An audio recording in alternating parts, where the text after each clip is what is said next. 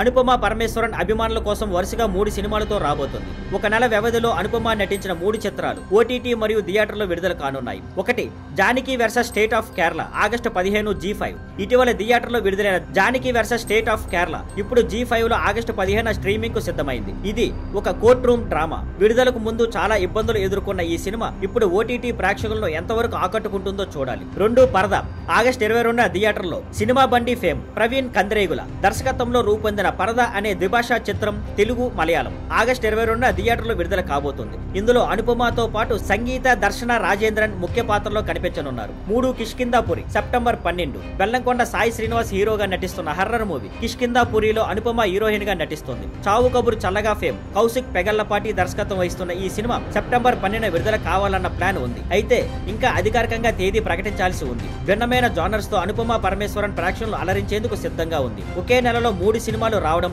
అభిమానుల కోసం ఒక ట్రిపుల్ ట్రీట్ అనే చెప్పాలి. Thank you for watching.